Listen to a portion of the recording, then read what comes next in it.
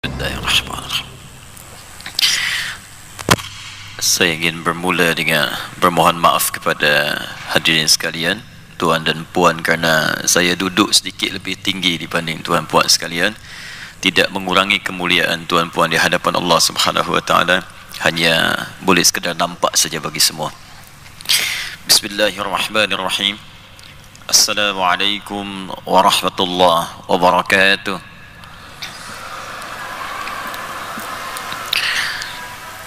الحمد لله الذي أنزل القرآن هدى للناس وبينات من الهدى والفرقان، والصلاة والسلام على رسول الله الذي أرسله ربنا رحمة للعالمين، فهدى الناس إلى هداية الله بالقرآن المتين على طريقة الإتقان.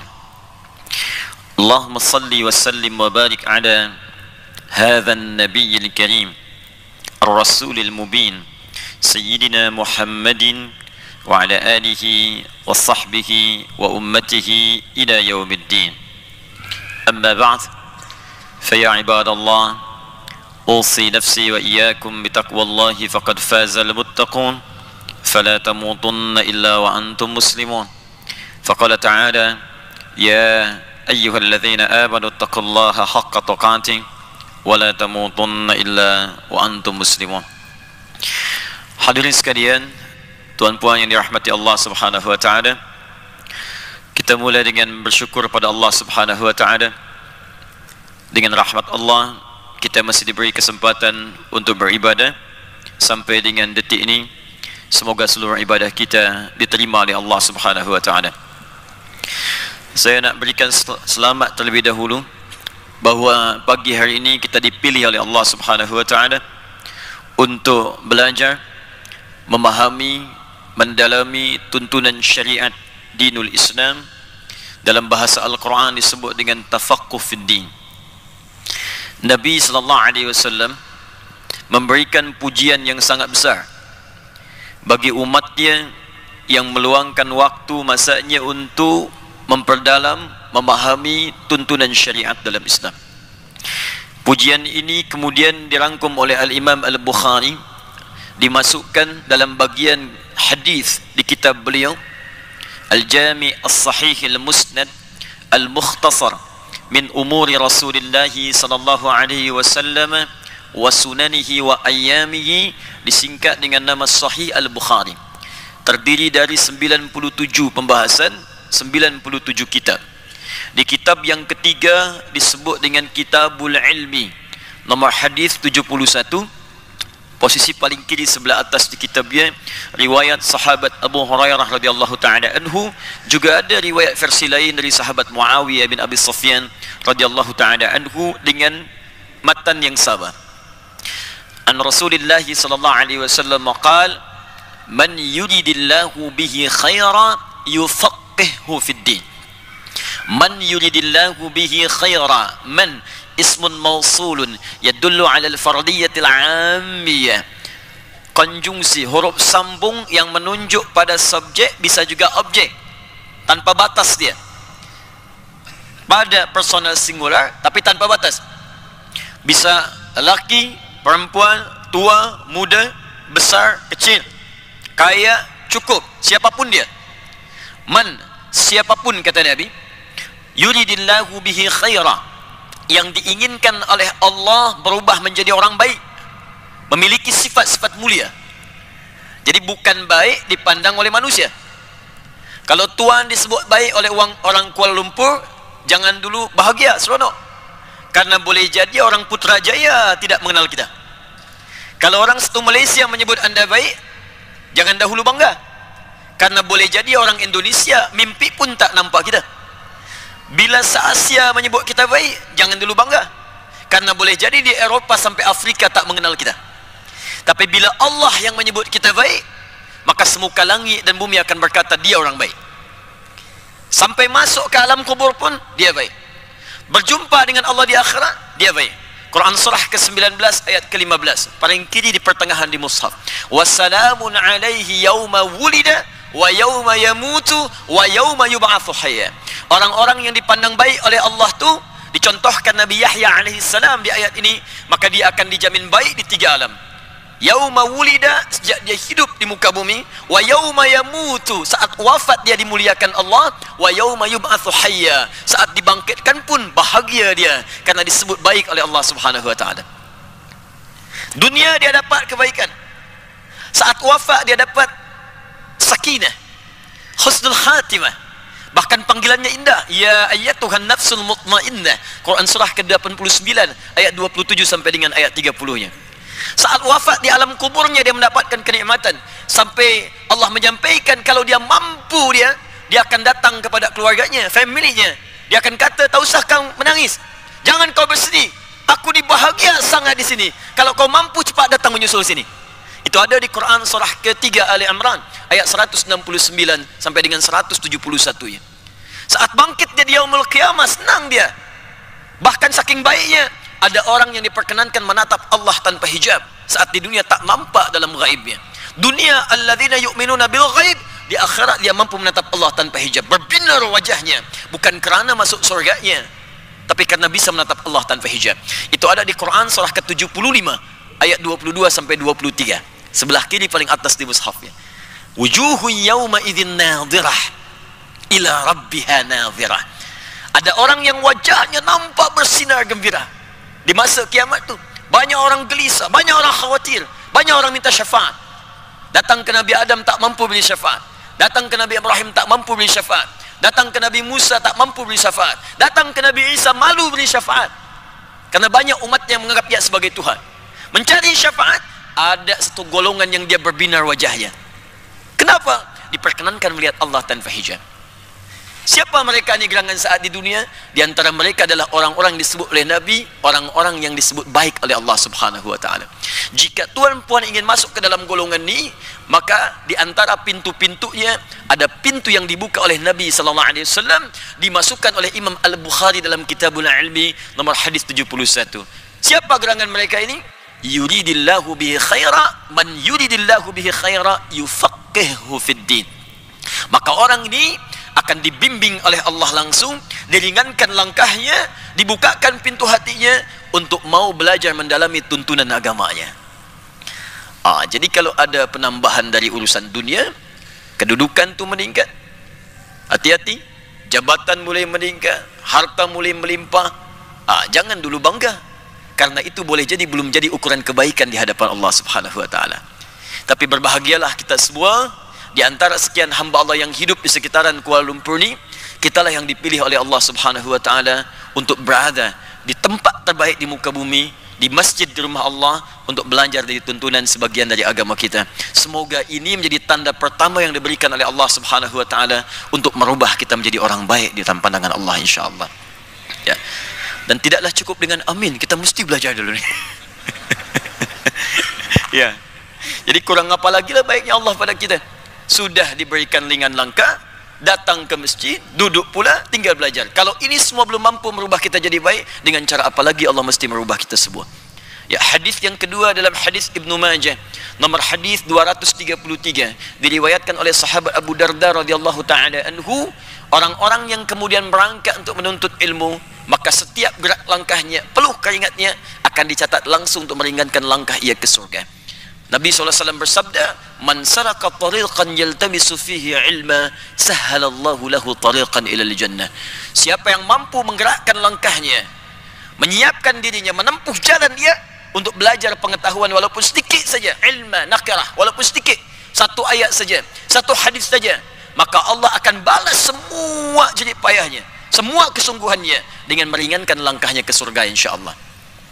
Jika tuan-puan ingin belajar di majlis manapun, lalu memilih mana pelajaran yang harus saya dahulukan, maka di antara sekian yang banyak kita pelajari itu, ada fiqhkah, ada tauhidkah, ada tafsirkah, maka Nabi memberi rumus, dan rumus ini disebutkan oleh Al-Imam Al-Bukhari dalam kitab sahihnya nomor hadis 4739.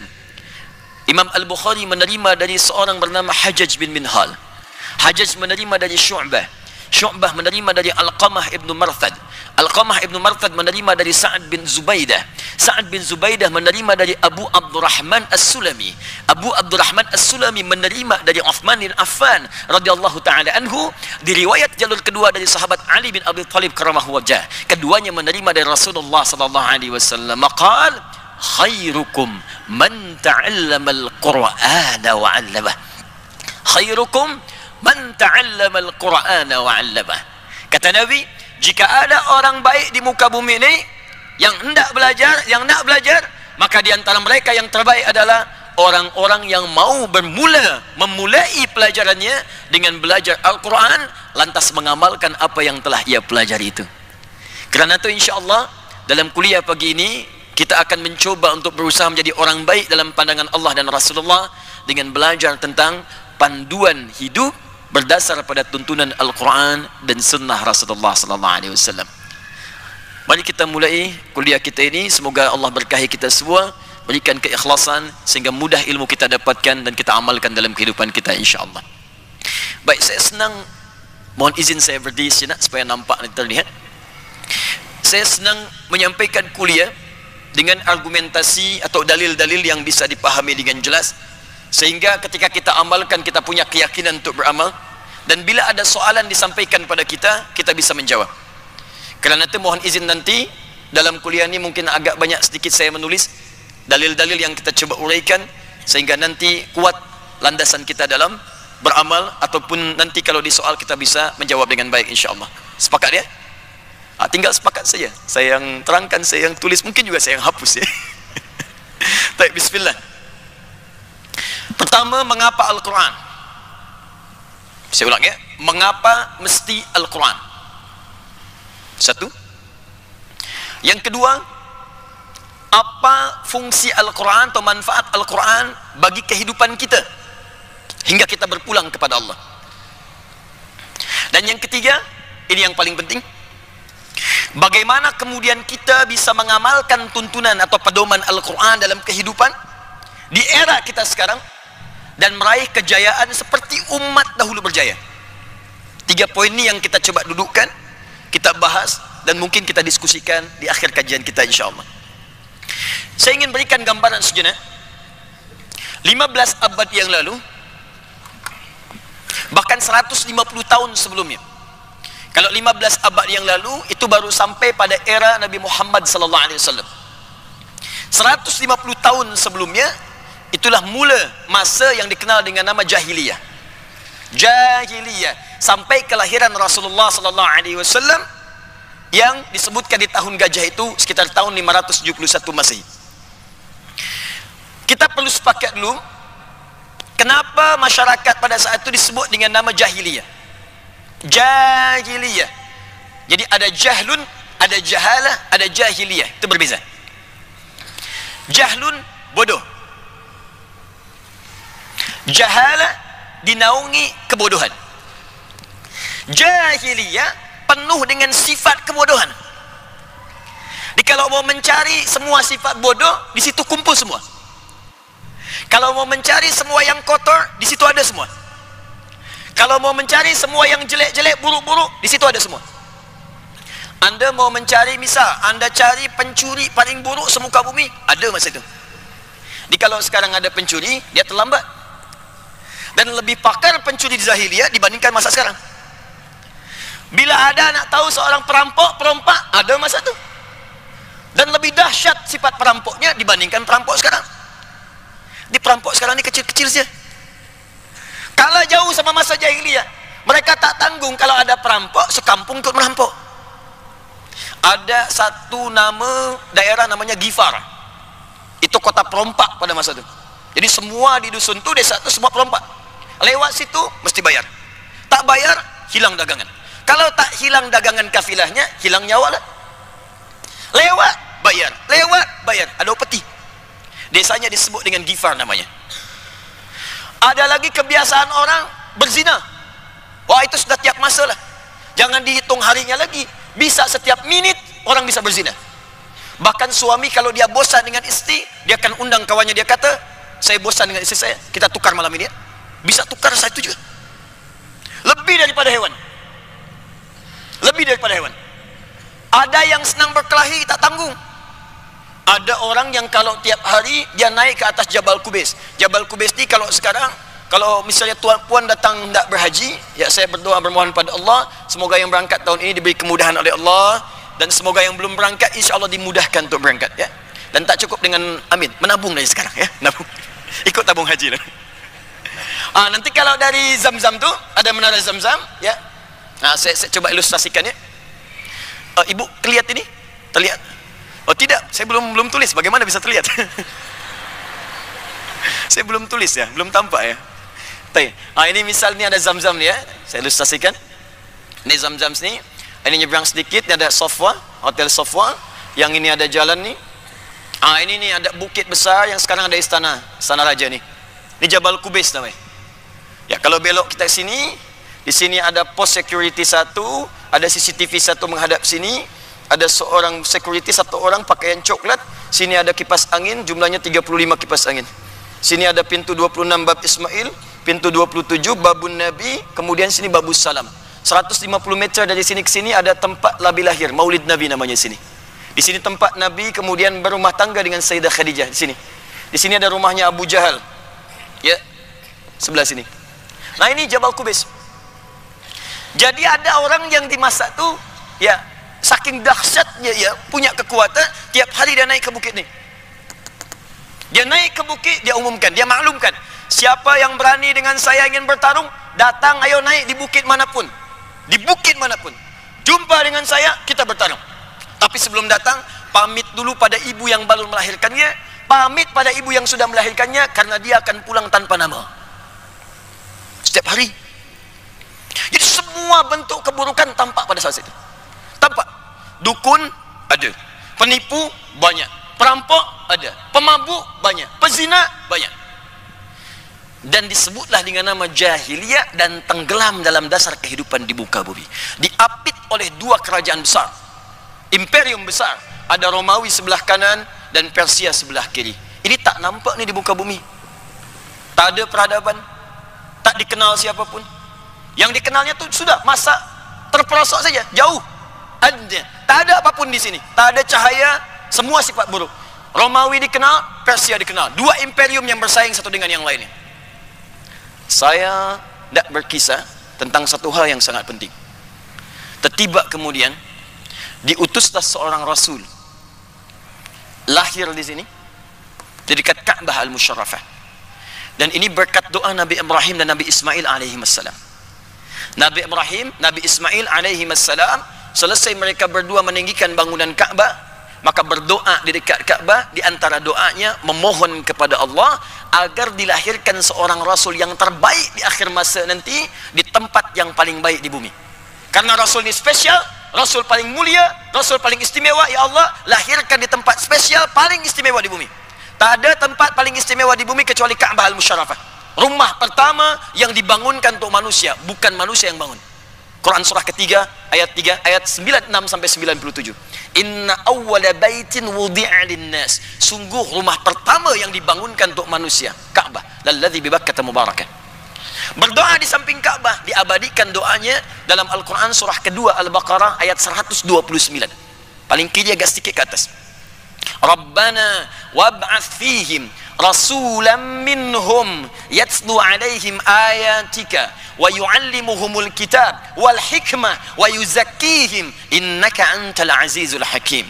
Rabbana ya Allah, wab'ats fihim rasulan minhum, mohon nanti kelak utus seorang rasul dari kalangan mereka yang lahir di sekitaran Ka'bah ini, bukan di tempat lain. Dia akan membawa misi, membawa ayat-ayatmu. Karena itu nanti wahyu yang turun pada Nabi Muhammad semua disebut dengan ayat. Al-Quran disebut dengan ayat. Al-Baqarah 286 ayat, Ali Imran 200 ayat, An-Nisa 176 ayat. Ayat, ayat, ayat, ayat. Wa yu'allimuhumul kitab, lalu mengajarkan kandungan ayat itu. Wal hikmah, menyampaikan esensinya, hikmahnya. Wa yuzakkihim, dan membimbing umatnya, membimbing kemudian masyarakatnya supaya terbebas dari sifat-sifat yang buruk. Innaka antal azizul hakim. Sungguh engkau yang maha perkasa dalam mewujudkan itu dan maha bijak untuk memilih siapa sosok itu. Itu doanya Nabi Ibrahim, Nabi Ismail alaihi wassalam.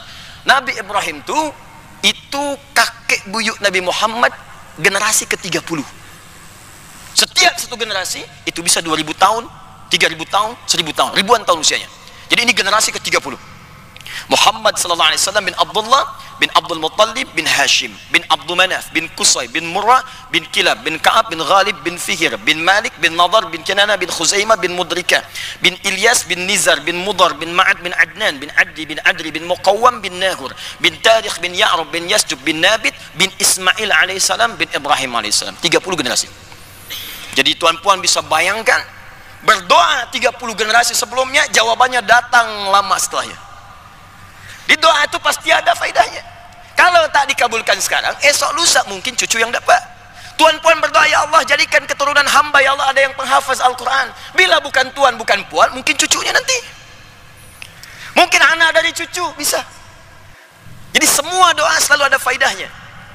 Lalu berdoa dikabulkan oleh Allah Subhanahu wa taala, lahirnya Nabi Muhammad. Ini Ka'bah di sini. Kalau kita tarik dari Hajar Aswad, kemudian masuk ke Safa untuk sa'i, dari Safa tarik garis lurus, inilah yang disebut Maulidin Nabi, yang sekarang menjadi museum Maktabah Qadimah. Ya, perpustakaan klasik di sini ada. Nah, yang mau saya sampaikan, ini yang sangat luar biasa. Ketika Nabi ini diangkat oleh Allah, Muhammad sallallahu alaihi wasallam diangkat oleh Allah menjadi rasul, maka yang paling indah, mukjizat terbesarnya, yang diturunkan bukan tongkat seperti Musa yang bisa membelah lautan. Bukan seperti Nabi Isa yang sekali sentuh penyakit bisa sembuh. Sentuh sembuh. Masaha menyentuh. Masaha. Yang disentuhnya Mesih. Bila disentuh ia masaha dengan sifat masih, sembuh semua jenis penyakit. Masa itu dokter berjaya semua. Hampir berkata tak ada penyakit yang tak bisa kami sembuhkan. Allah turunkan ada kolera, ada penyakit lain termasuk kematian. Nabi Isa diutus, sentuh sikit sembuh. Nabi Isa sakit gigi, sentuh sedikit sembuh. Nabi Isa mata tak nampak lihat, sentuh sedikit sembuh. Dokter bangkrut lah situ. Tak ada lagi. Tapi Nabi Muhammad tadi beri itu. Apa yang diberikan pada Nabi Muhammad sallallahu alaihi wasallam? Satu manhaj kehidupan yang akan merubah sifat jahiliyah, terangkat kemudian berubah sifat menjadi khairu ummah. Umat terbaik. Dari umat yang tenggelam paling buruk akan diangkat jadi umat yang terbaik, membawa peradaban sampai dengan kemudian menyinari dunia seluruhnya. Diturunkanlah Al-Quran pada masa itu dengan wahyu pertama, turun di Jabal Nur Bukit Cahaya dengan kalimat yang sangat indah, Iqra bismi rabbikal ladzi khalaq. Hingga turun kemudian 30 juz, hingga turun 114 surah, hingga sampai sempurna keseluruhannya. Yang ingin saya sampaikan sebagai pembuka di mukaddimah kita, tiba kemudian dengan turunnya Al-Quran itu, umat yang tadinya disebut dengan jahiliyah, tiba kemudian berubah status menjadi khairu ummah. Turunlah Quran surah 3 ayat 110, paling kiri sebelah atas di mushaf, sebagai pengakuan terhadap perubahan dari jahiliyah menjadi khairu ummah. Kuntum khairu ummatin ukhrijat linnas ta'muruna bil ma'ruf wa tanhauna 'anil munkar wa tu'minuna billah. Khair ummah. Khair itu puncak sifat-sifat kebaikan. Baik itu ada 5 dalam Al-Quran. Tayyib, Quran surah kedua ayat 168. Khair, Quran surah 3 ayat 110. Ma'ruf, Quran surah 3 ayat 104. Ihsan, Quran surah ke-46 ayat ke-15. Salih, Quran surah ke-7 ayat 189. Bila disebutkan khair, itu artinya sifat-sifat, kumpulan sifat mulia yang akan merubah seseorang berperilaku baik kemudian. Jadi kalau ada orang jujur, maka ini yang paling jujur. Kalau ada orang sabar, ini yang paling sabar. Kalau ada orang tawadhu, ini yang paling tawadhu. Bayangkan, dari tadinya jahiliyah paling kasar, tiba kemudian menjadi manusia paling lembut dalam kehidupannya. Tadi yang saya cakap, orang yang tiap masa naik ke atas Jabal Qubais itu namanya Umar bin Khattab radhiyallahu ta'ala anhu. Hanya mendengar satu kalimat Taha, surah ke-20, tiba ada sentuhan dalam jiwanya. Datang, didoakan oleh Nabi sampai mengucapkan kalimat asyhadu an la ilaha illallah wa asyhadu anna Muhammadar Rasulullah. Siapa yang tak kenal Umar bin Khattab radhiyallahu ta'ala anhu, yang saat jadi khalifah bisa tiap malam dia keliling melihat rakyatnya. Kerasnya berubah jadi tegas, perhatiannya luar biasa. Tadi yang saya kata tadi, ada seorang perompak, sedesa perompak, desanya dikenal dengan nama Gifar namanya. Nama orangnya adalah Jundub bin Junadah. Jundub bin Junadah.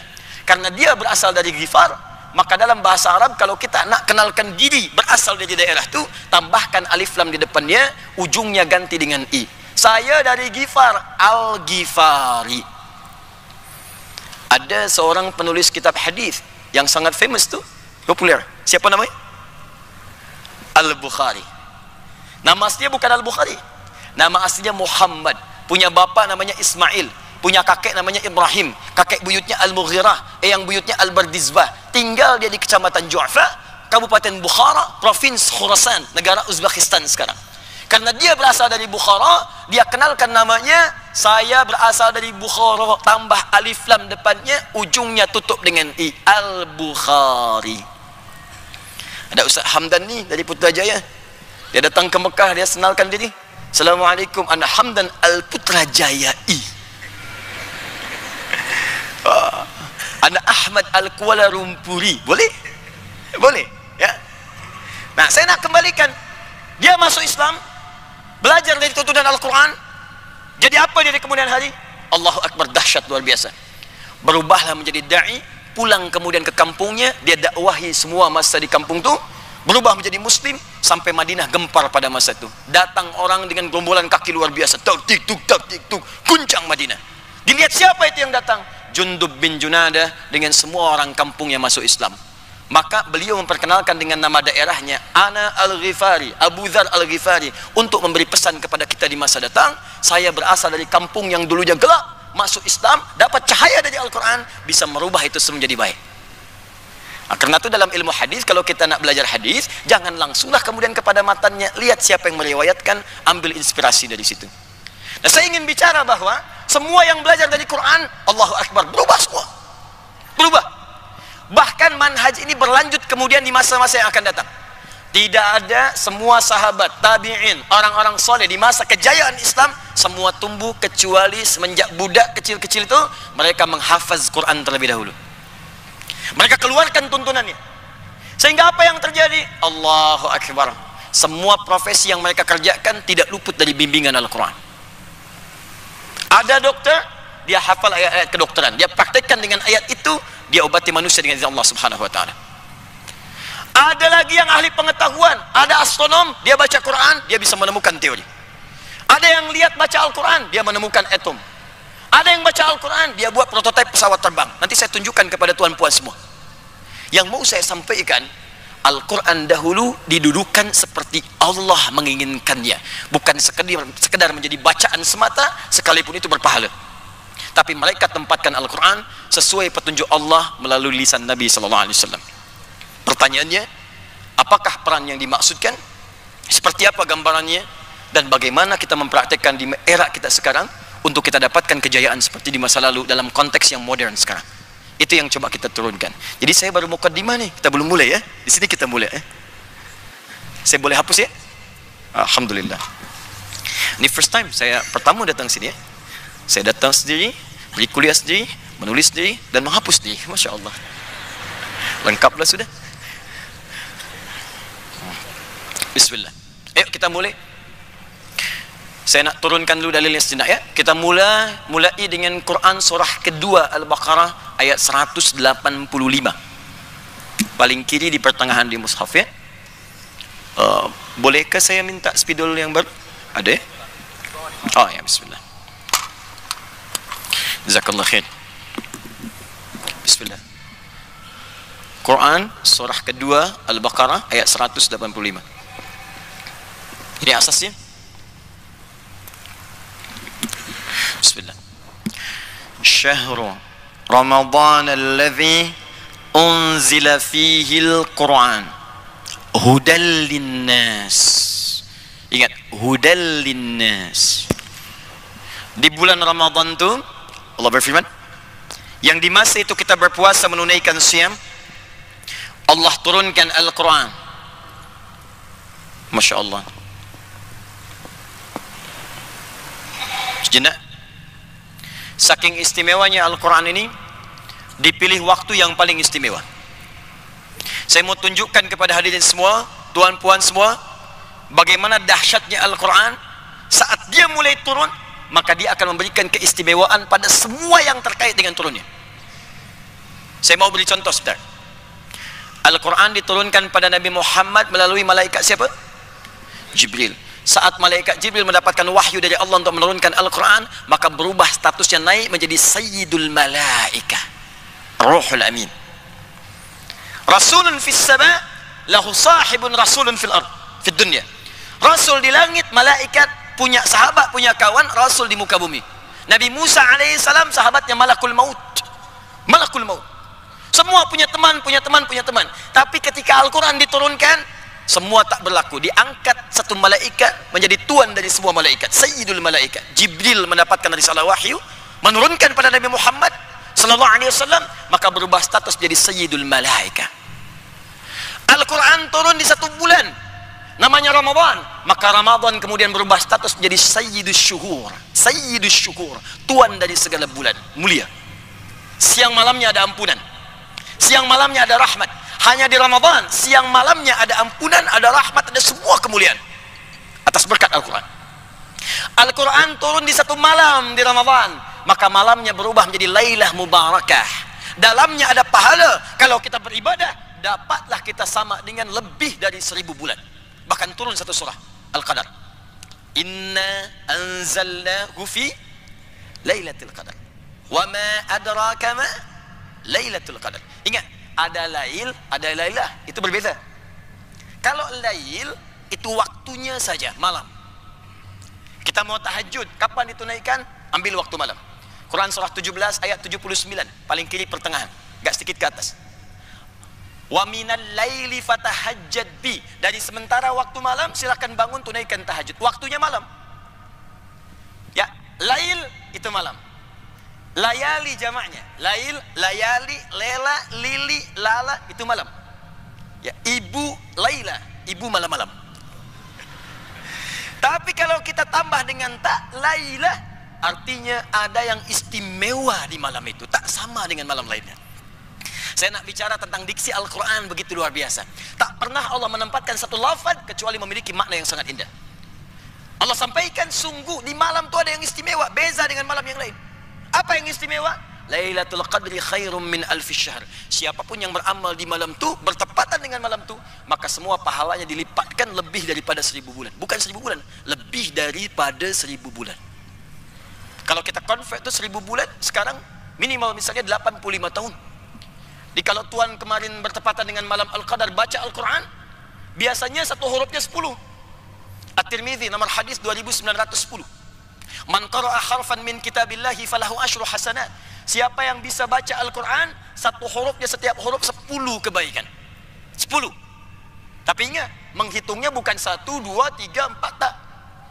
Ini kita di masjid saja di hadis Muslim dapat 25, baru masuk dapat 25 kebaikan. Jarak 1 ke 2 500 tahun, 2 ke 3 500 tahun, 3 ke 4 500 tahun. Baca Al-Quran setiap hurufnya 10, setiap jarak dia bisa 500 tahun. Tapi malam Al-Qadar, Anda baca satu huruf, maka seakan-akan baca Al-Quran 85 tahun tanpa henti. Ada yang bisa 85 tahun tanpa henti baca Al-Quran. Sehari saja mungkin tak bisa, penat gitu. Satu huruf saja bertepatan dengan malam Al-Qadar. Nun. Cukuplah. 85 tahun. Turun di malam itu berkah. Al-Quran turun pada Nabi, Iqra bismi rabbikal ladzi khalaq yaumul jum'ah. Sepakat ulama. Maka Jum'ah berubah status jadi Sayyidul Ayyam, tuan daripada setiap hari. Al-Quran turun di Makkah, Nabi hijrah ke Madinah, ke Yathrib, turun di Makkah, maka Makkah terberkahi. Semua yang tak ada itu ada di Makkah. Makkah tandus biwadin ghairi dhi zar'in inda baitikal muharram.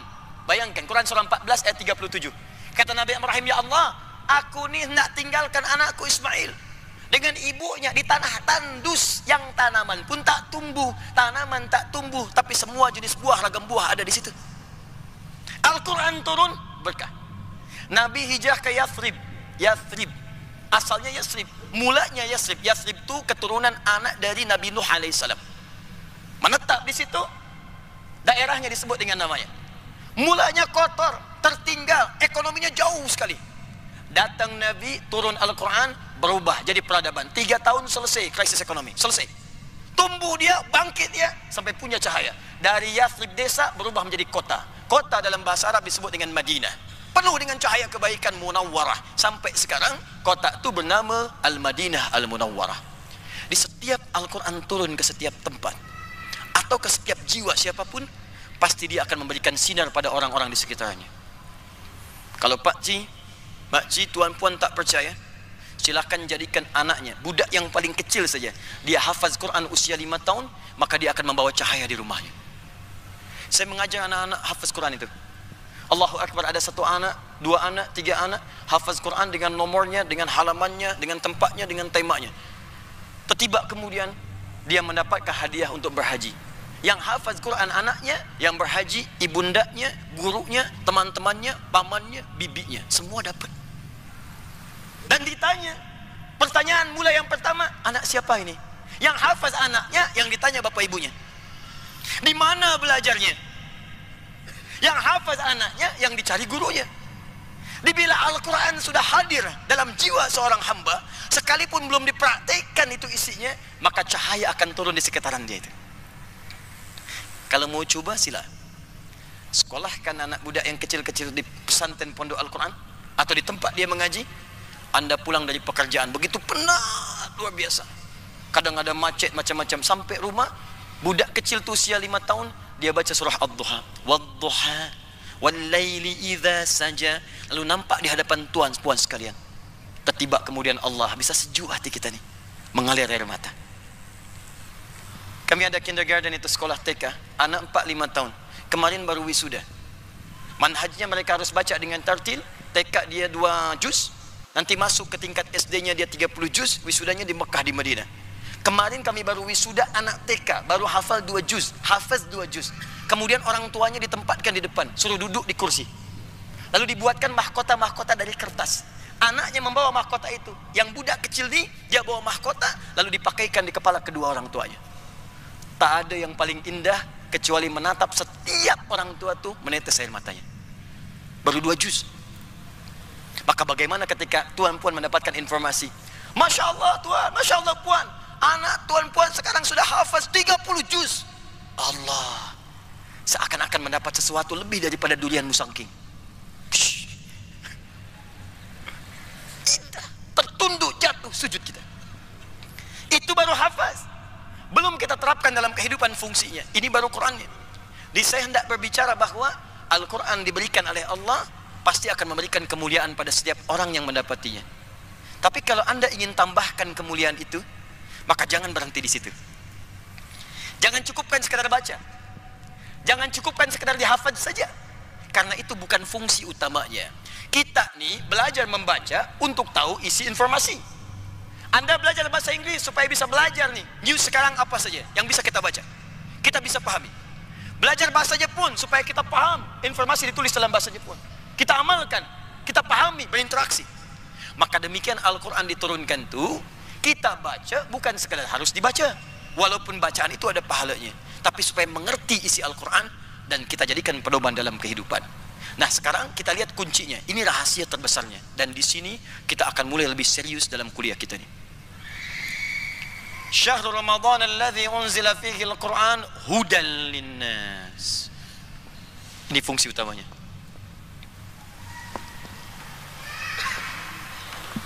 Hudan. Ada yang lain. Kata Allah, saya turunkan Al-Quran di bulan yang mulia, di waktu yang mulia, melalui malaikat yang paling mulia, kepada Rasul yang paling mulia, di tempat yang paling mulia, dan dalam keadaan yang sangat mulia, untuk memberikan sebuah misi yang paling mulia bagi seluruh manusia, untuk semua manusia. Jadi Al-Quran ini didesain untuk semua manusia tanpa kecuali. Sejenak saya mau bagi info sedikit ya. Saya sampaikan tadi malam juga di masjid Tuan Kumizan. Jadi manusia ini dalam Al-Quran disebut dengan 5 nama. Bukan hanya 1, 5 nama. Hanya memang di mushaf terjemah itu seringkali diterjemahkan dengan 1 saja makna. Kalau maknanya 1, kenapa lafaznya bisa berbeza? Ya. 1 disebut dengan Bashar namanya. Apa namanya? Bashar. Disebutkan 35 kali dalam Al-Quran. Yaqul innama ana basyarum mithlukum. Nama pertama yang Allah berikan kepada Adam ketika dicipta itu Bashar. Bashar. Quran surah 15 ayat ke-28. Wa idz qala rabbuka lil malaikati inni khaliqum bashara. Ketika Allah firmankan kepada malaikat, aku akan mencipta makhluk baru, bukan malaikat, bukan jin, tapi bashar namanya. Dua ins selalu dipasangkan dengan jin. Ins tersebut dalam Al-Quran pasangan ini 18 kali. Ya ma'syaral jinni wal ins wa ma khalaqtul jinna wal ins. Baik. 3, insan. Al-insan disebutkan 65 kali dalam Al-Quran. Ada surahnya, surah ke-76 Al-Insan. Hal ata 'alal insan iqra bismi rabbikal ladzi khalaq khalaqal insan. Ar-Rahman 'allamal Qur'an khalaqal insan. Baik. Yang keempat ada Bani Adam. Disebutkan 7 kali dalam Al-Quran. Contoh Quran surah ke-7 ayat 31. Ya Bani Adam khudhu zinatakum 'inda kulli masjid. Dan kelima ada yang disebut dengan An-Nas, disebutkan 241 kali dalam Al-Quran. Bahkan menjadi satu surah paling favorit bagi kebanyakan manusia saat ini. Surah ke-114. Qul a'udzu birabbin nas. Saya fokus ke An-Nas dulu. Yang lain nanti mungkin ada masa kuliah lagi baru kita bahas. Tidak disebutkan An-Nas bahkan dalam bahasa Arab standar kecuali menunjuk pada semua manusia tanpa kecuali. Semua manusia sampai kehidupan berakhir. Jadi Al-Quran ini ketika diturunkan 15 abad yang lalu, kata Allah fungsinya bukan sekedar untuk umat Muhammad SAW di masa itu. Sampai kapanpun tiba manusia, sampai berakhir kehidupan, sepanjang masih ada manusia, maka fungsi Al-Quran berlaku melampaui semua masa dan zaman. Karena itu risalah Nabi Muhammad diutus secara universal, melampaui setiap zaman, beza dengan Rasul yang lain. Nabi Nuh terbatas tempatnya, tak boleh lewat dari tempat itu. Nabi Isa misal, Nabi Isa itu hanya boleh wilayah Palestina saja, sebagian kecilnya, tak boleh lewat situ. Karena itu kalau ada risalah kemudian katanya dibawa Nabi Isa sampai ke Malaysia, nah itu terlampau jauh, harus di sana saja. Nabi Ibrahim itu punya wilayah, bahkan di masa Nabi Ibrahim Rasulnya 2, Nabi Ibrahim dan Nabi Lut alaihi wassalam, 2 Rasul, satu masa yang sama, tempat yang berbeza. Nanti buka Quran surah ke-51 dari ayat 24 sampai dengan ayat ke-31. Kanan agak ke bawah sampai ke kiri atas. Di situ ada kisah Nabi Ibrahim kedatangan tamu para malaikat yang hendak datang ke tempat Nabi Lut, hanya mampir ke tempat Nabi Ibrahim. Satu masa Rasulnya 2. Nabi Muhammad tidak. Engkau diutus untuk seluruh manusia, rahmat untuk semesta alam. Wa ma arsalnaka illa rahmatan lil alamin. Kafatan lil alamin, untuk semua masa. Karena itu ketika Allah berikan mukjizat, maka mukjizatnya disandingkan dengan kalimat An-Nas, bukan ins, bukan bashar, bukan insan, bukan Bani Adam. Nas, untuk semua manusia. Apa fungsinya mukjizat ini? Ini rahasianya. Hudan. Hudan. Apa itu hudan? Ada yang tahu apa itu hudan? Hudan itu jamak dari kata hidayah. Hidayah.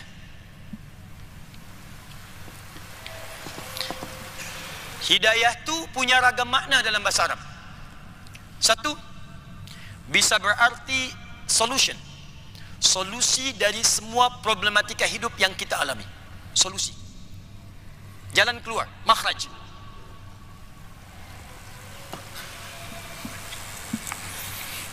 Tuhan punya persoalan, apa solusinya? Hidayah. Tuhan punya masalah, apa solusinya? Hidayah.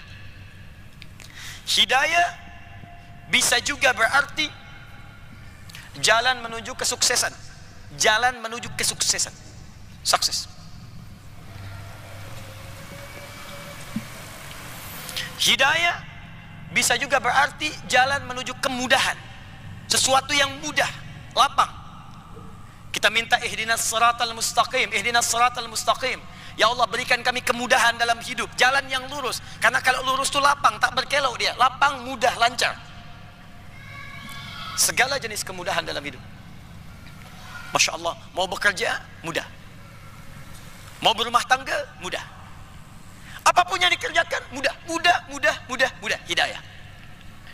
Bila kita nak satukan semua ni, solusi, sukses, mudah, hidayah, maka rubahlah bentuknya menjadi jama'.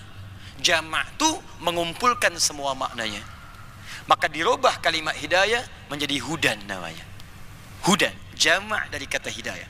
Jadi kalau sudah berbicara tentang hudan, berarti semua ragam jenis hidayah ini terkumpul dalam kalimat ini. Di sini ada solusi, di sini ada jalan keluar yang mudah, di sini ada bimbingan kesuksesan. Artinya apa? Isi Al-Quran itu ketika diturunkan oleh Allah kepada Nabi Muhammad SAW dalam masa kurang lebih 23 tahun itu, dari Al-Fatihah sampai An-Nas, bukan bacaan biasa, tapi semuanya ada bimbingan kehidupan, ada panduan hidup, ada pedoman hidup yang memberikan solusi, kemudahan, kesuksesan pada semua aktiviti kita yang kita jalani sampai berpulang kepada Allah. Itulah Al-Quran. Saya nak beri contoh, tapi tak usah dicatatlah, karena saya baca sedikit cepat. Ya, nanti kalau ingin melihat kembali, boleh lihat nanti review di rekaman. Ya, saya nak beri contoh sini. Dari mulai lahir sampai wafat. Pertama, mula masa dalam kandungan. Bagaimana di kandungan tu, dalam kandungan lemah jadi berat, terlahir anaknya menjadi soleh. Apa tuntunan dalam Al-Qurannya? Kita buka Quran surah ke-7 ayat 189. Keadaan janinnya bisa dibuka di Quran surah ke-22 ayat yang ke-5. Detilnya di Quran surah ke-23 dari ayat 9 sampai dengan ayat ke-11-nya. Kemudian dia terlahir. Saat melahirkan, apa tugas pertama seorang ibu yang baru melahirkan dan tugas ayah yang baru mendapatkan anugerah anak? Disebutkan bimbingannya di Quran surah kedua ayat 233. Lalu dia tumbuh, diberikan ASI, diberikan susunya sampai dengan usia 2 tahun sempurnanya. Apa bimbingan yang pertama diberikan pada masa itu? 2 tahun sampai menjelang balik. Turun Al-Quran surah ke-31 ayat ke-13 sampai dengan ayat ke-19-nya. Lalu dia setelah itu berusaha untuk mencari pengetahuan. Bagaimana mendapatkan pengetahuan yang sempurna supaya imannya menguat, ilmunya pun meluas. Maka ada di Quran surah ke-58 ayat yang ke-11. Cara mencarinya di Quran surah ke-9 ayat 122. Maka dia mulai berpindah tempat lagi, naik lebih tinggi lagi, bergaul dengan orang yang berbeza. Jangan sampai terpengaruh. Ada laki-laki, ada perempuan, bagaimana bergaul yang baik supaya tetap menjaga takwa. Ada bimbingan di Quran surah ke-49 ayat ke-13-nya. Dia mulai mengenal pasangannya, apa yang harus dilakukan supaya tidak terjebak dalam pergaulan yang tidak baik. Maka kalau sudah tahu ta'aruf, berikan maharnya. Quran surah ke-4 ayat ke-4. Lakukan pernikahan, Quran surah ke-30 ayat ke-21. Setelah dia menikah, maka mestilah belajar tentang cara menjalani rumah tangga. Apa hak kewajiban suami, apa hak kewajiban istri. Jangan sampai berumah tangga tapi tak tahu bagaimana menjalaninya. Maka muncullah kemudian tuntunan dasarnya di Quran surah ke-4 ayat 34. Itu tugas pokoknya. Lalu dirinci oleh Al-Quran, kamu suami, ini tugasnya. Pertama mencari nafkah. Bagaimana cara mencarinya? Quran surah kedua ayat 168. Itu yang standar. Kalau ingin cepat baru berangkat, rezeki sudah menanti. Maka ada di Quran surah kedua ayat 172. Ingin lebih cepat lagi, belum berangkat, rezekinya sudah menunggu. Bahkan ada yang mendatangi dari sisi yang tidak dia duga. Ada amalannya di Quran surah ke-7 ayat 96. Kemudian pun jangan lupa, kadang-kadang saat bekerja tidak kosong dari ujian. Ada yang mencoba ingin bersaing dengan cara yang tidak sehat, menyingkirkan, menyungkurkan dan macam-macam. Maka anda lakukanlah amalan supaya dijaga oleh Allah Subhanahu wa taala di Quran surah ke-17 ayat ke-79 sampai 81. Jika ada yang sudah mau menjatuhkan, anda dijahili, maka lakukan amalan di Quran surah ke-21 ayat ke-87 sampai dengan 88-nya. Bagaimana tugas seorang istri di rumah?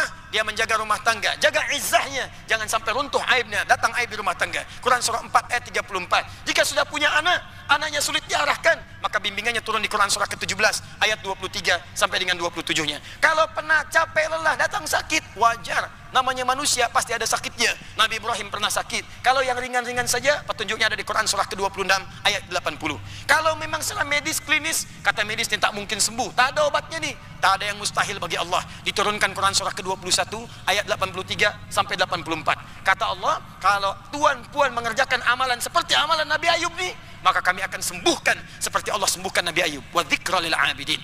Naik lagi, naik lagi. Tuan sukses bekerja. Bagaimana cara mensyukuri nikmatnya supaya nikmat itu terjaga, bertambah lagi, tambah lagi, tambah lagi. Maka formulanya ada di Quran surah ke-14 ayat yang ke-7. Kalaulah ada tahadiat, tantangan, hambatan, maka bersabar. Cara pertama, identifikasi masalahnya supaya bisa kita selesaikan. Maka identifikasinya dari yang kecil, menengah, besar ada di Quran surah kedua ayat 214. Rinciannya ada di Quran surah kedua ayat 155 sampai dengan 157. Solusinya ada di Quran surah ketiga ayat 142. Naik lagi. Usia 40 tahun. Tuan puan masih hidup, ada anak-anak, orang tua masih ada. Kata Allah, engkau harus bersyukur kepadaku dengan berbakti kepada kedua orang tuamu. Boleh jadi kesuksesan itu bukan karena kerja kerasmu, tapi bapakmu dulu yang bekerja peluh keringatnya, ibumu yang dulu malam tahajud bangun menangis kepadaku, memohon, ya Allah, jangan sampai anakku seperti aku, berikan kesuksesan kepadanya. Maka berdoalah, bimbingan doanya ada di Quran surah ke-46 ayat ke-15. Semakin sepuh. Jangan dikira kemudian semakin tua akan hidup abadi. Tidak. Anda pasti akan kedatangan apa yang disebut dengan maut. Quran surah ketiga ayat 185. Yang membawa maut itu namanya malakul maut. Quran surah ke-32 ayat yang ke-11. Anda harus kenal dengan malakul maut. Kalau tak kenal, maka Anda tak akan siap untuk kembali kepadanya. Kalau Anda kenal, maka siapkan amalan saat dia datang, kita siap. Apa di antara amalannya? Dipanggil dengan indah di Quran surah 89 ayat ke-27 sampai ayat ke-30. Kalau tak percaya, abai dengan dunia, sila.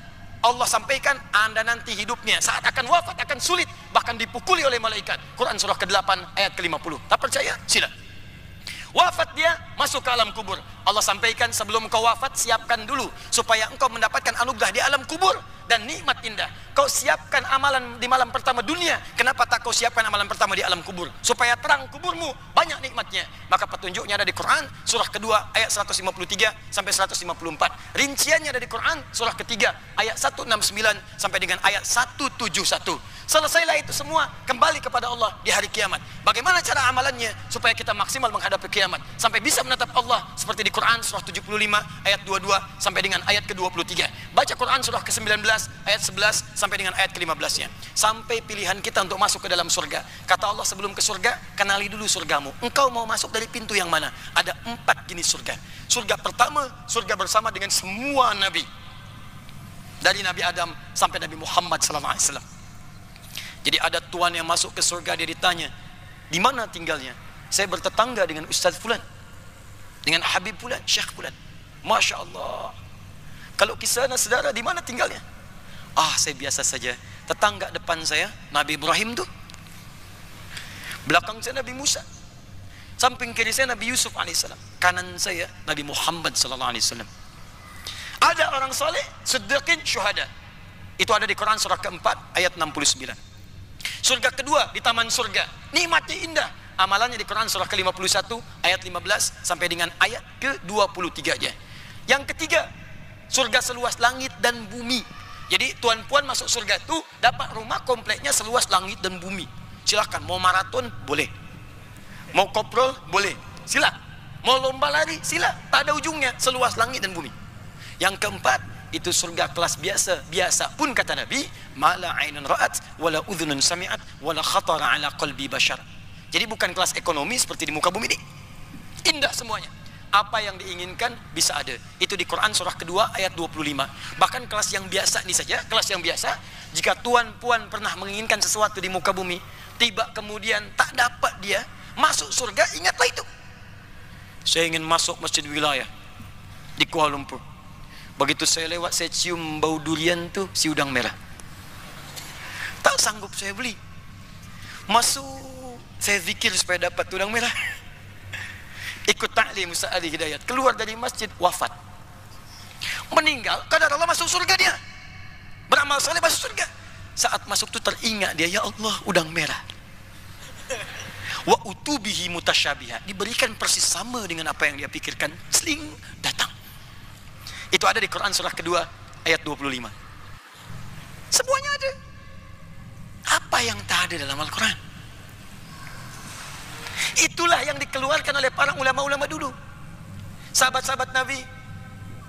Di para sahabat-sahabat itu belajar dari Nabi sesuai dengan kebutuhannya. Ada di antara mereka bisnismen, pebisnis, pengusaha, maka mereka akan keluarkan ayat-ayat untuk bertijarah, berniaga. Dijadikan bimbingan dalam kehidupan. Begini berniaga yang baik. Bagaimana menjauhi riba, bagaimana berbuat dengan tidak mengurangi takaran, bagaimana supaya tak curang, sehingga semua apa yang mereka kerjakan itu berkah. Kayanya tak nanggung, kaya mereka. Tuan kenal Abdurrahman bin Auf? Kenal di mana? Ada yang kenal Abdurrahman bin Auf sinilah.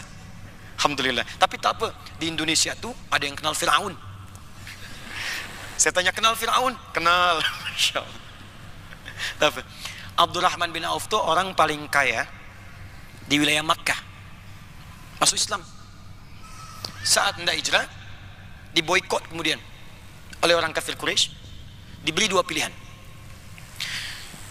Tuan, kembali kepada kepercayaan semula, kami akan angkat jadi hartawan paling terhormat. Atau sila ikut Muhammad SAW, hijrah ke Yathrib, tapi kami ambil semua harta benda Tuan. Bawa saja pakaian berangkat sana. Disengaja mereka tidak eksekusi, karena mereka punya keyakinan, ini 400 kilo jauh, jalan kaki, paling-paling meninggal di jalan, untuk memberikan pelajaran pada orang lain, kalau masuk Islam jadi beginilah hasilnya. Maka apa kemudian jawabnya Abdurrahman bin Auf? Saya memilih untuk hijrah karena Allah dan Rasulnya. Ditinggalkan semua hartanya.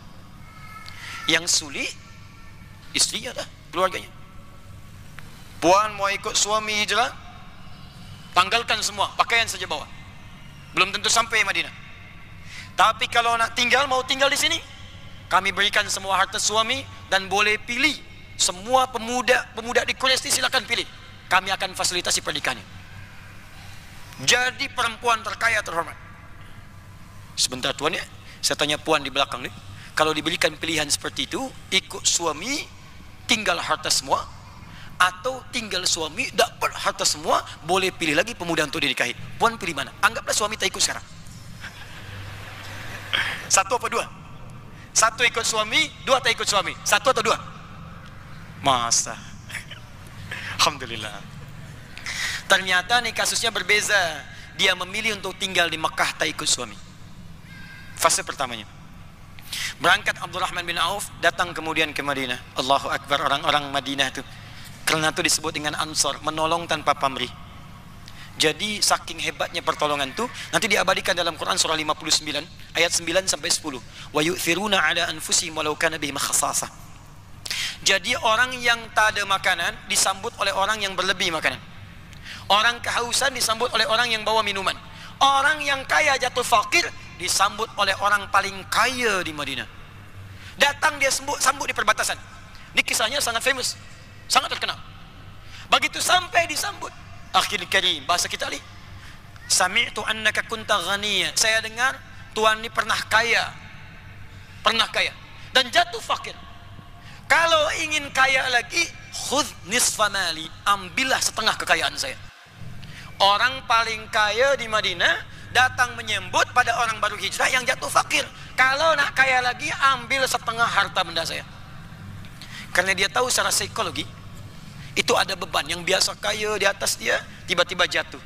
Kan di fisika juga begitu rumusnya. F1 sama dengan F2 kan? Gaya gerak sama dengan gaya dorong. F1 sama dengan F2. Pukul sikit, bunyi kecil. Pukul besar, bunyi nampak kuat. Harta pun begitu. Harta sikit, gayanya sederhana. Harta banyak, miliaran ringgit, keluar dari mobil, sudah lain gayanya. Ya. Tapi juga jangan lupa, rumus turunannya, F, gaya, berbanding lurus dengan P, pressure, tekanan. Gaya berbanding lurus dengan tekanan, hukum Pascalnya. Artinya orang yang banyak bergaya, maka dia akan banyak tekanan dalam hidupnya. Nah, banyak orang kaya, banyak bergaya, jatuh fakir dia, beban hidupnya banyak. Tak bisa menampung gayanya. Orang ini menduga, ini khawatirnya ada beban. Ambil setengah harta saya. Bahkan dahsyatnya, saya dengar keluarga pun ditinggalkan. Kalau ingin menikah lagi, ambil pilih perempuan paling tercantik di Madinah, sekalipun itu bagian dari keluarga saya. Saya fasilitasi pernikahannya. Kita bergantian puan ya. Saya tanya tuan dulu. Kalaulah tuan ditawari seperti ini, datang ke Jakarta, tiba-tiba ada orang nawarkan, ambil setengah harta saya, kalau nak nikah lagi, pilih perempuan paling cantik di Jakarta, saya berikan fasilitinya. Saya tanya ya, diterima atau tidak ditolak sama sekali? Huh? Cobalah lihat jawaban dari Abdurrahman bin Auf nih.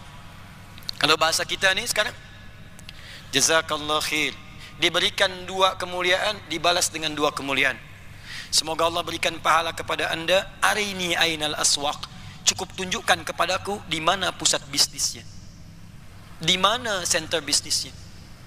Karena beliau diajarkan oleh Nabi SAW setahun sebelum hijrah ke Madinah. Prinsip-prinsip dalam Al-Quran. Sepanjang punya kemampuan, jangan pernah kemudian rendahkan diri kita di hadapan orang. Tawakal kepada Allah, ikhtiar. Beliau punya kemampuan manajemen dalam bisnis, maka dipandu dengan ayat-ayat Al-Quran, dipraktikkan. Hanya 3 bulan saja jadi orang paling kaya nomor 3 di Madinah. Nomor 3. Hanya dalam setahun jadi orang paling kaya nomor 1 di Madinah. Yang kapaknya saja terbuat dari emas. Kapaknya saja. Orang paling kaya sekarang itu belum tentu punya kapak. Abdurrahman bin Auf, modalnya Al-Quran, diterapkan dalam kehidupan, jadi orang paling kaya. Dan Nabi pernah bercakap, kata Nabi, kaya itu biasa bagi umatku. Jadi kalau mau kaya itu gampang, keluarkan ayat-ayatnya. Kita pedomani kaya, biasa. Harus kaya, kalau tak kaya bagaimana kita bisa berzakat, bisa berhaji, bisa berinfak. Gunakan kekayaan itu untuk mendekat kepada Allah. Itu yang disebutkan di Quran, surah ke-28 ayat ke-77, paling kiri sebelah bawah. Wabtaghi fima atakallahu daral akhirah wa la tansa nasibaka minad dunya. Gunakan kekayaan itu untuk mencari ridha Allah.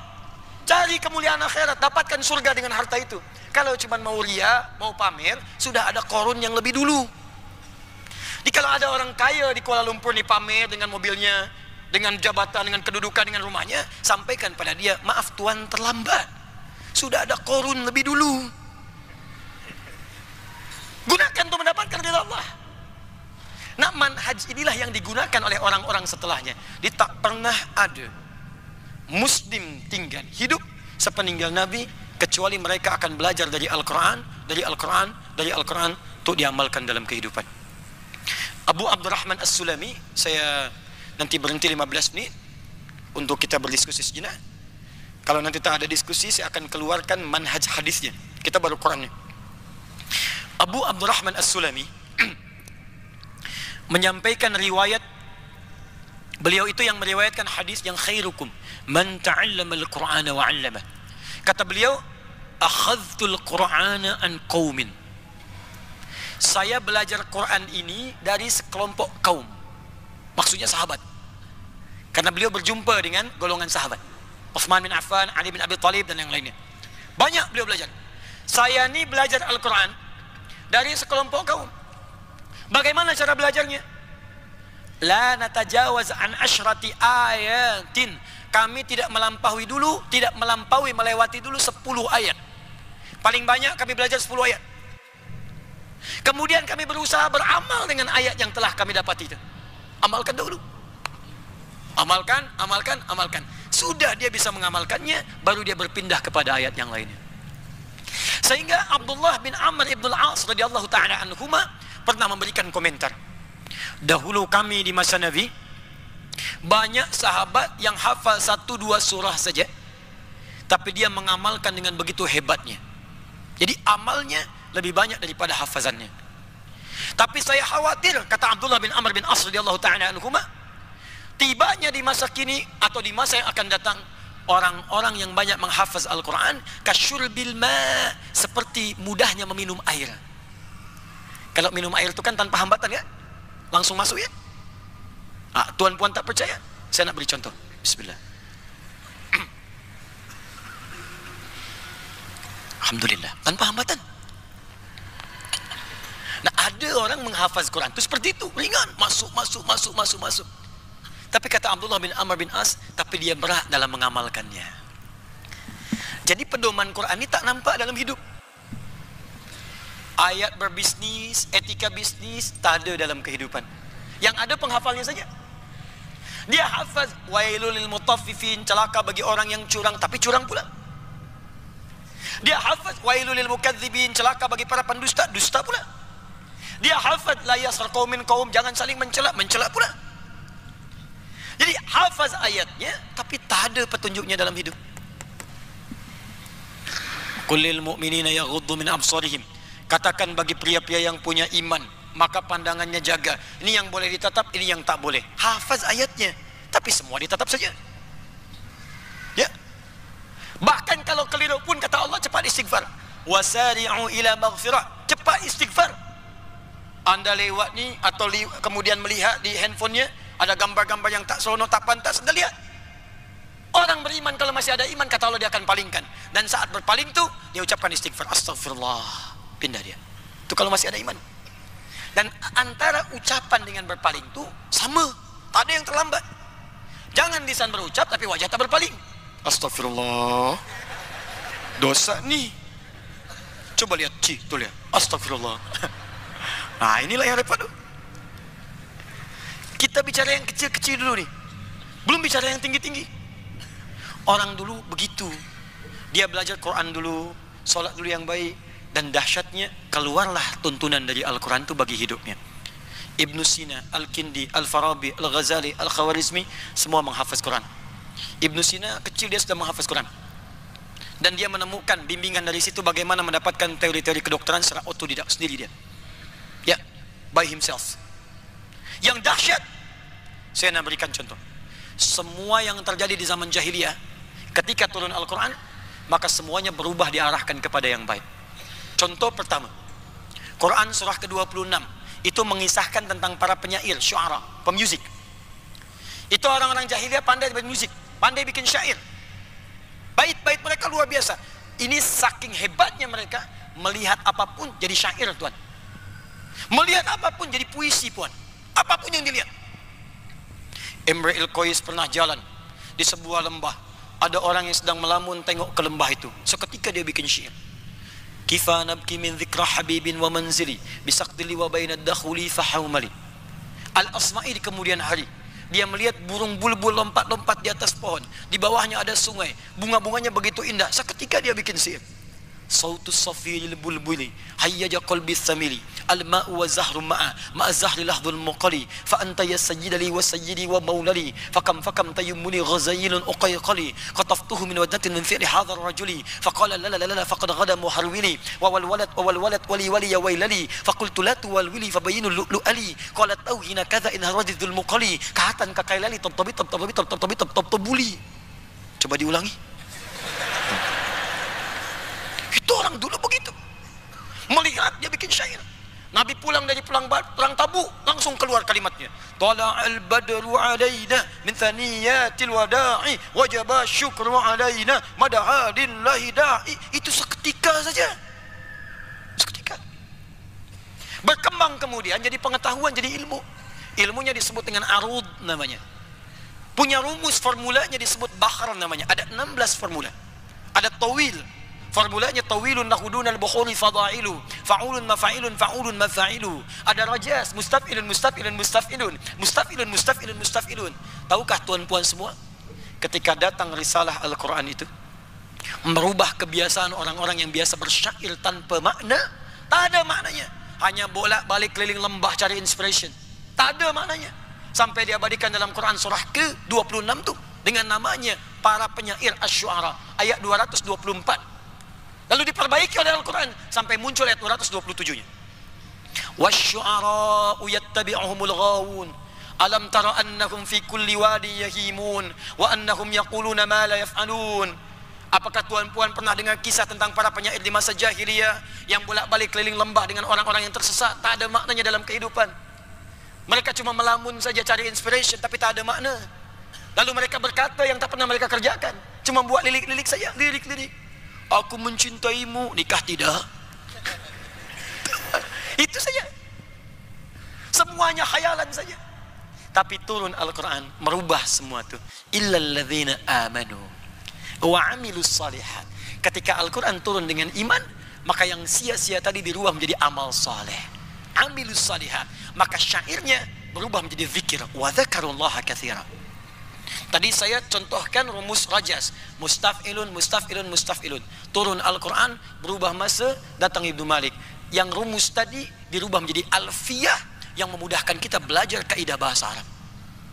Kalamuna lafzun mufidun kastaqim wasmun wa fi'lun thumma harfunil kalim wahiduhu kalimatun wal qawlu am wa kalimatun biha kalamun qad yu'am bil jarri wat tanwini wan nida wa al wa mustadin lismi tamyizun hasal bita fa'alti atat wa ya if'an li wa nunik balanna fi'lun yanjalli. Masuklah ke pondok pesantren, masuklah ke ma'had belajar ilmu nahwu. Yang tadinya syair-syair jadi pedoman gramatikal bahasa Arab untuk memudahkan belajar Al-Quran dan memahami maknanya.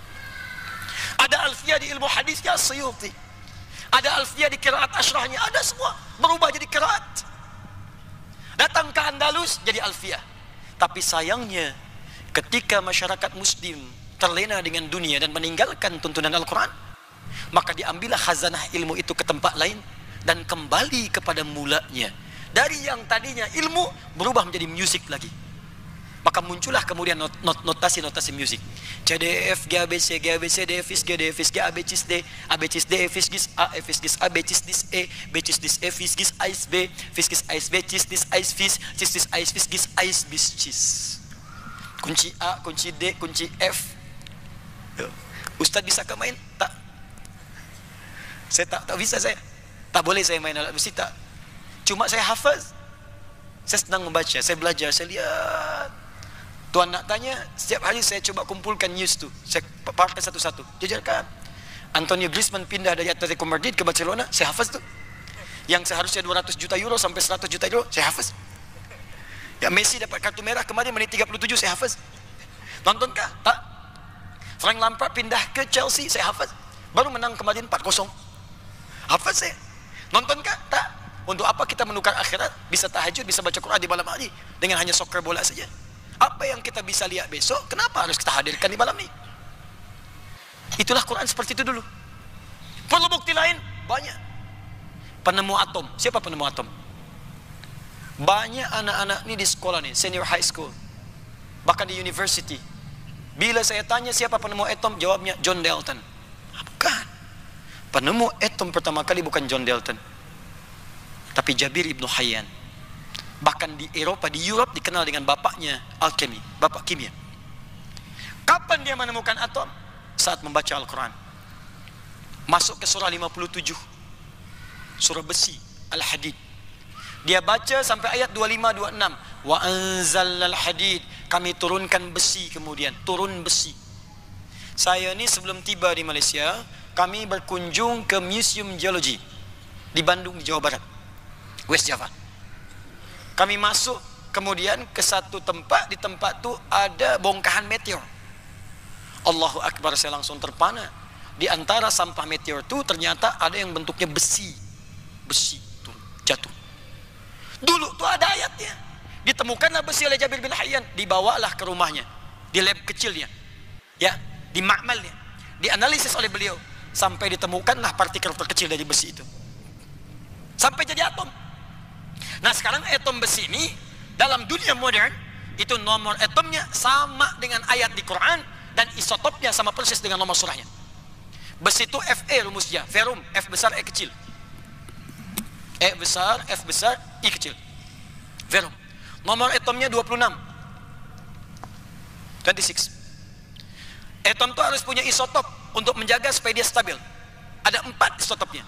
Nomor 55, 56, 57, 58. Dan isotop yang paling stabil untuk menjaga atom besi ini nomor 57. Surah 57 Al-Hadid, surah besi, ayat 25 sampai 26. Ibnu Firnas membaca surah Al-Mulk, surah 67. Bukan sekedar dibaca sebelum tidur, tapi dipahami ayatnya sampai masuk ke dalam ayat ke-19 itu. Awalam yarau ila at-tayri fawqahum saffatin wa yaqbidna ma yumsikuhunna illa ar-rahman. Apakah kalian tidak menganalisis, memperhatikan bagaimana burung itu bisa terbang, mengepak-katupkan sayapnya. Jadi terbang tuh karena bisa punya sayap, kepak-katup. Tapi kalau Allah tak berkehendak, tak bisa dia terbang. Maka dia menyimpulkan, oh kalau kita ingin terbang, minimal kita harus punya sayap. Maka dia buat prototipe sayap, bikin, sambungkan tangan kanannya. Dia orang Andalus, Spanyol, ya Spain sekarang. Sambungkan kirinya. Dia mulai naik ke atas bukit, kepak katup, belum sempurna, jatuh dia. Perbaiki lagi. Dia tak putus asa. Kita hanya mengenal Thomas Alva Edison, bikin 1000 kali percobaan, tak. Banyak orang muslim sebelum itu. Dia bikin lagi, perbaiki lagi, terbang lagi, jatuh lagi. Yang paling hebatnya, dia buatlah semacam hendak sempurna tuh, lebih bagus lagi. Dia kepakan, wah ini kayaknya kokoh nih, terbang. Naik ke atas bukit yang paling tinggi di Spanyol. Terbang dia. Allahu Akbar, tinggi. 20 meter dia bisa terbang. Lepas itu jatuh, meninggal. Tapi dia bukan sekedar wafat, dia meninggalkan karya yang diilhami dari Al-Quran. Yang kelak nanti karya itu, khazanah umat Islam itu akan dibawa ke Europe setelah terjadi perjanjian Tordesillas tahun 1494. Ya, ada perang tuh, terjadi perjanjian Tordesillas, dibawa ke sana. Nah, dulu khazanah umat Islam ditemukan, dikembangkan lagi di barat. Ditemukanlah kemudian Wright bersaudara menemukan prototipe pesawat terbang. Sampai kemudian ada retakan di atasnya, crack. Setiap pesawat jatuh. Siapa yang menemukan teori crack itu? Mr. Crack. Seorang bukan orang Arab, bukan orang Amerika, bukan orang Jepun, tapi rumpun kita di Melayu, dari Pare-Pare, yang Profesor Dr. Engineer Baharudin Yusuf Habibie. Ya, Presiden Indonesia nomor ketiga itu. Beliau yang memulainya kemudian sampai dikenal dengan Mr. Crack. Tapi tak banyak orang tahu siapa beliau tu. Beliau dididik oleh orang tuanya macam Imam An-Nawawi dididik orang tuanya. Sehingga dia cinta dengan pengetahuan. Tak pernah mau dia keluar bermain. Jadi kalau dia bermain lewat pintu depan, dia masuk lagi lewat pintu belakang. Sama dengan Imam An-Nawawi. Bawa kitab, suruh bermain. Orang bermain, dia baca kitab. Rajin solat malamnya, rajin baca Qurannya. Nah itulah. Jadi semua orang dulu tuh, dia keluarkan tuntunan Al-Quran, dia bawa dalam kehidupan. Inilah manhaj hidup yang seharusnya kita keluarkan dalam hidup. Puan sudah berapa lama jadi ibu rumah tangga? Kenapa tak dikeluarkan ayat-ayat rumah tangga dalam Al-Quran? Mungkin selama ini masalah di rumah tangga tak pernah tuntas, bukan karena tak selesai, tapi solusinya tak pernah kita hadirkan dalam hidup. Kenapa orang dengan senyum saja masalah selesai? Ini sudah 4 tahun, 5 tahun tak tuntas-tuntas. Tuan bekerja ni bukan karena rezekinya tak sampai. 2-3 hari kerja tak nampak rezeki. 3 tahun kerja sulit pula. Padahal di Quran ada 8 jenis rezeki. Bahkan ada rezeki yang belum dicari, dia sudah datang. Dan dia tak penat mencarinya. Engkau tingkatkan takwa, aku kirimkan rezeki dari sisi yang tidak engkau duga. Wa may yattaqillaha yaj'al lahu makhraja wa yarzuqhu min haitsu la yahtasib. Itulah seharusnya begitu. Tuan-puan dokter, kenapa tidak dikeluarkan ayat-ayat kedokteran dalam Al-Quran? Jadikan bimbingan dalam kehidupan. Tuan-puan engineer, tuan-puan pejabat punya kedudukan, kenapa tidak dikeluarkan ayat-ayat itu dalam Al-Quran? Dan kita pedomani dalam hidup. Sudah banyak orang sukses di masa lalu, kenapa tidak kita ambil manhajnya untuk kita terapkan di masa kini? Dan dia melampaui zaman masanya sampai kehidupan berakhir. Saya coba berhenti sejenak.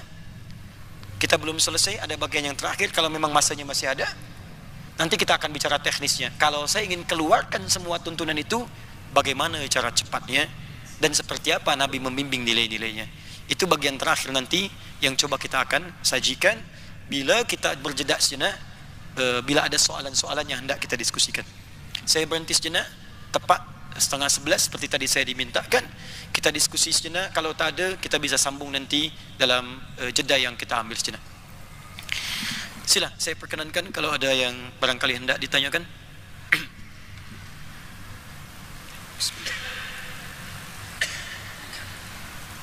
Ada soalan ke? Ada? Sila. Boleh pakai mic-nya?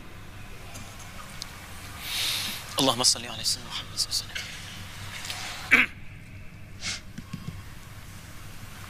Ya, tak apa. Ustaz, di Putrajaya semalam Ustaz ada sebut mengenai amalan di mana Allah mempercepatkan ke syurga, tapi Ustaz tidak menyebut amalan apakah di akhir semalam. Jadi diminta kalau misalnya tu Ustaz hari ini boleh terangkan amalan apakah yang Ustaz sebutkan semalam. Baik. Assalamualaikum. Ada soalan, amalan apakah yang bisa mempercepat seseorang untuk bisa masuk ke dalam surganya Allah Subhanahu wa taala? Ada beragam jenis amalan dalam Al-Quran yang memberitakan kepada kita jika diamalkan itu maka seseorang akan berpeluang masuk ke dalam surga, bahkan dengan begitu cepatnya. Bahkan di antara mereka ada yang mendapatkan syafaat Allah sehingga masuk surganya tanpa hisab. Tanpa hisab. Amalan pertama ada di Quran surah ketiga Ali Imran ayat 31. Paling kiri sebelah atas di mushaf. Qul in kuntum tuhibbunallaha fattabi'uni yuhibbukumullahu wa yaghfir lakum dzunubakum. Katakan Muhammad pada semua umatmu, jika memang mereka semua serius mencintai Allah, mesti serius. Jadi amalan pertama itu adalah amalan mencintai Allah Subhanahu wa taala. Cinta kepada Allah. Al-mar'u ma'aman ahabba. Seorang itu akan bersama dengan yang dia cintai. Bukankah kalau Tuhan cinta dengan anak akan cepat bawa anak kemanapun? Tuhan cinta dengan puan, dengan istri akan dibawa kemanapun. Jadi seorang yang mencintai, sifat cinta itu akan memberikan perhatian terbaik bagi yang dicintainya. Maka yang pertama kata Allah, Qul in kuntum tuhibbunallah. Katakan Muhammad, jika ada di antara umatmu yang serius mencintai Allah. Jadi mesti sungguh-sungguh. Karena kalimat ini bisa saja dihapus kalimat kuntumnya. Kalau kita hapuskan di luar Al-Quran, misal kita berkata begini, Qul in tuhibbunallaha, atau Qul in tuhibbullaha, kuntumnya dibuang. Itu artinya sekedar cinta saja. Jadi kalau sekedar cinta, semua cinta. Saya nak tanya puan semua, apakah kita cinta dengan Allah? Semua akan jawab cinta. Semua akan jawab cinta. Tapi kata Allah, saya tidak berpuas dengan ucapan. Karena cinta itu butuh pembuktian. Nah ini akhwat-akhwat nih yang belum menikah nih, jangan maulah diberikan kata-kata wangi surga tuh, ya, angin surga. Bila ada pemuda bercakap, ayolah naiklah denganku, aku mencintaimu. Jangan dengar tuh. Katakan padanya, buktikan cintamu dengan menuliskan namaku di buku nikah kita. Catat tuh, bikin status ya. Cinta tuh butuh pembuktian. Bukan naik motorcycle bersama, seakan dunia milik berdua, yang lain tak ada. Mesti ada pembuktian. Maka Allah hadirkan dengan kalimat tegas menggunakan taukid. Di dalam ilmu nahwu itu kana wa akhawatuha, kuntum, kana, kanat, takunu. Kalau dia bertemu dengan fi'il mudhari, maka fungsinya berubah menjadi taukid, penguat, serius. Kata Allah, kalian mesti serius. Jika serius mencintai Allah, maka amalan cinta itu dibuktikan dengan fattabi'uni. Ikuti semua tuntunan Rasulullah sallallahu alaihi wasallam. Ikuti. Karena itu tuntunan Nabi itu komplit sekali, komprehensif, lengkap.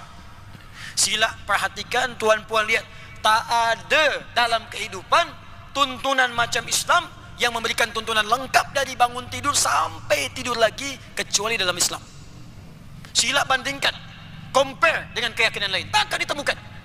Kita ni bangun tidur saja sudah ada tuntunannya. Sila. Semua pekerjaan kita itu ada doanya. Doa itu sesungguhnya formula tuntunan dari Nabi. Coba saya nak tanya ya, kalau kita bangun dari tidur, kita baca apa?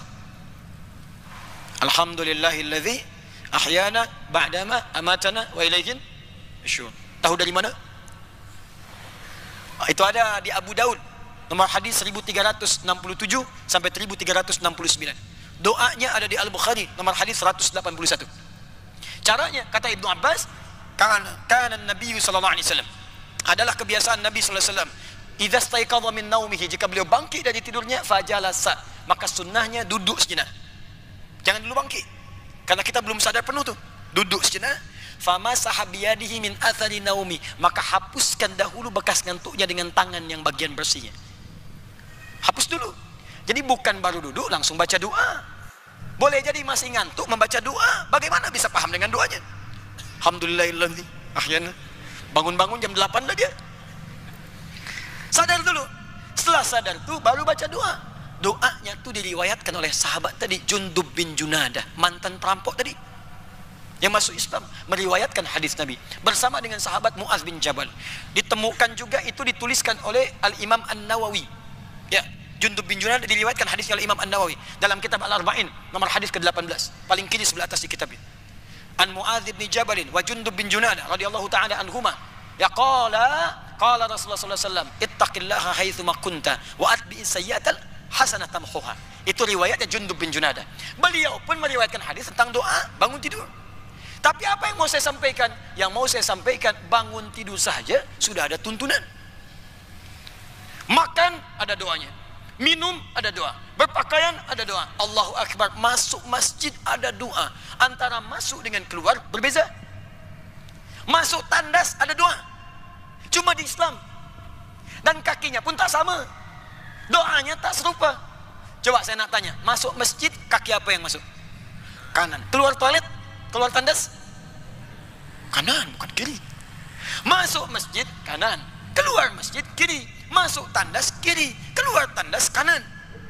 Semua ada, mau tidur pun ada doa. Itu bimbingan hidup. Nanti kalau ada kuliah dengan masa yang lebih panjang, kita terangkan ternyata itu bukan sekedar doa, tapi itu pedoman di hari itu yang harus kita kerjakan. Saya nak beri contoh satu saja. Kenapa kita mengucapkan alhamdulillahilladzi ahyana ba'da ma amatana wa ilaihin nusyur? Itu ada kaitan dengan doa sebelum kita tidur. Di sebelum kita tidur ini, Nabi terbiasa istighfar 70 kali sampai 100 kali. Lalu mengevaluasi dirinya. Apa yang telah dikerjakan di hari itu. Terkadang beliau tak malu meminta maaf kepada istrinya. Istighfar, istighfar, istighfar. Lalu merencanakan besok yang akan dikerjakan. Bangun tuh kita ucapkan alhamdulillahilladzi ahyana ba'da ma amatana. Terima kasih ya Allah, syukur Engkau hidupkan kembali hamba setelah Engkau tahan selama tidur. Ba'da ma amatana itu maksudnya wafat sementara. Kalau ba'da amatana itu artinya wafatnya bangkit dari kubur. Kalau dalam bahasa kita, ya Allah, sesungguhnya Engkau bisa wafatkan hamba dari tidur tadi, tapi Engkau berikan kesempatan lagi hidup di hari ini, ya Allah. Wa ilaihin nusyur, maka hamba berjanji di hari ini akan menyebar beraktivitas untuk mencari bekal kebaik sebelum kembali kepadamu. Nusyur itu menyebar untuk cari bekal untuk pulang, untuk mudik, untuk pulang. Maka Anda berjanji, saya akan menyebar mencari bekal lebih baik daripada kemarin. Karena itu sebelum tidur coba dilihat dulu. Kita ini pengen masuk surga, surganya Firdaus. Apa bekalnya? Tak malu pulang tak bawa bekal. Solatnya bukan cuma yang fardu 5 waktu. Anak kecil pun, budak kecil 5 tahun 5 waktu pula. Tuhan dikasih 50 tahun masih 5 waktu. Masuk surga cita-cita Firdaus lagi. Ingin dengan Nabi, solat hanya 5 waktu. Terlambat pula. Tambah rawatibnya. Kemarin saya tak solat qabliyah subuh, besok saya mesti solat. Rawatib saya mesti kumpulkan 12 rakaat. Kemarin saya tak baca Al-Quran, malu saya pulang menghadap Allah. Saya ingin baca Al-Quran, besok saya akan baca 10 ayat. Kemarin saya tak sedekah, rizki Allah kasih tapi saya sia-siakan, besok saya akan sedekah. Punya rencana dia untuk esok. Fa idza faraghta fansab wa ila rabbika farghab. Dia siapkan tu. Itu yang dia praktikkan dalam hidup. Nah, kalau Anda bisa kerjakan tu, maka bonus pertama Allah akan turunkan saat di dunia. Apa bonus tu? Sebelum di akhirat. Bonus tu adalah wa yaghfir lakum dzunubakum. Ada dzambun, ada dzunub, itu berbeza. Dzambun satu dosa saja. Saking sayangnya Allah kepada hamba, dia punya sifat ghafir yang mengampuni satu dosa. Jangan sampai ada hamba datang kepadaku walaupun cuma satu dosa, aku akan ampuni. Itu ada di surah ke-40 ayat yang ketiga. Ghafiriz dzambi wa qabilit taubi. Ghafir dipasangkan dengan dzambun. Tapi kalau dzambun banyak lagi, maka dia akan berubah dari dzambun menjadi dzunubun. Perhatikan. Ada orang mencintai Allah, mengikuti tuntunan Nabi. Dia mau tidur, lihat Nabi bagaimana membimbing. Dia ingin berjalan, lihat Nabi bagaimana membimbing. Dia ingin makan, lihat Nabi bagaimana membimbing. Dia berumah tangga, dia lihat Nabi bagaimana membimbing. Diikuti oleh dia, maka apa yang pertama Allah berikan? Allah akan ampuni semua dosa-dosa yang pernah ia kerjakan selama hidupnya. Dan ciri orang yang diampuni dosa itu, dia akan dijaga selama hidupnya untuk tidak berbuat dosa lagi. Itu ciri diterima dosa kita, diterima taubat kita. Jadi kalau Tuhan pernah misalnya maaf berdosa dengan mata nih, semua yang jelek-jelek tak seronok dilihat tuh, tiba-tiba Tuhan taubat, misalnya ya Allah ampuni saya, ya Allah ampuni, jangan sampai mata ini disiksa di hari kiamat. Diampuni dosa tuh, maka pandangannya akan dijaga supaya tidak nampak maksiat lagi. Begitu melihat, dipalingkan, melihat, palingkan, sehingga enti dengan maksiat. Ya. Nah ini seluruh kujur tubuhnya dari ujung kepala sampai ujung kaki dijaga oleh Allah sampai dia wafat menghadap pada Allah Subhanahu Wa Taala. Saat dia pulang menghadap Allah, cepat dia masuk surga dan langsung dikumpulkan, bahkan dijemput oleh Nabi Muhammad SAW di Telaga Kautsar. Dikumpulkan dengan 3 golongan utama yang lain. Pertama, syuhada, orang-orang syahid di jalan Allah. Bukankah para syuhada masuk surga tanpa hisab kalau dia benar? Ya kan? Yang kedua, as-siddiqin, orang-orang yang jujur. Maksudnya jujur itu apa? Dia menggunakan Al-Quran sesuai dengan fungsinya dalam hidupnya. Tidak merubah isi Al-Quran, tidak keluar dari jalur Al-Quran. Siddiqin jamak dari kata siddiq, Orang pertama yang mendapatkan gelar Siddiq, Abu Bakar As-Siddiq. Bukankah Abu Bakar As-Siddiq masuk ke surga tanpa hisab? Salihin, orang-orang soleh. Bukankah banyak orang soleh dijamin oleh lisan Nabi masuk surga tanpa hisab? Sahabat-sahabat bukankah soleh? Bukankah baik semua? Anda akan tergabung dengan orang itu. Dan semua nabi-nabi, kalimatnya nabiyin. Beberapa nabi saja, anbiya. Semua nabi, nabiyin. Surah ke-21 Al-Anbiya berkisah tentang beberapa nabi saja. Tapi nabiyin, semua nabi. Dari Nabi Muhammad sampai Nabi Adam AS. Semua. Berkumpul semua.